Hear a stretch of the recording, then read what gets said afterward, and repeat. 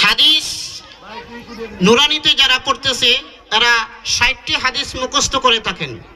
এর মধ্যে ৫টি হাদিস একজনে বলবে, আরেকজনে বাংলায় এর তর্জমা করবে, অর্থ বলবে, আরেকজনে ইংরেজিতে এর অর্থ বলবে। তো এখন আপনাদের সামনে হাদিস বলবেন মোহাম্মদ রাইসা আক্তার, বাংলা অর্থ বলবেন মুসাম্মদ মল্লিকা আক্তার, ইংরেজিতে অর্থ বলবেন মুসাম্মদ আনিকা আক্তার।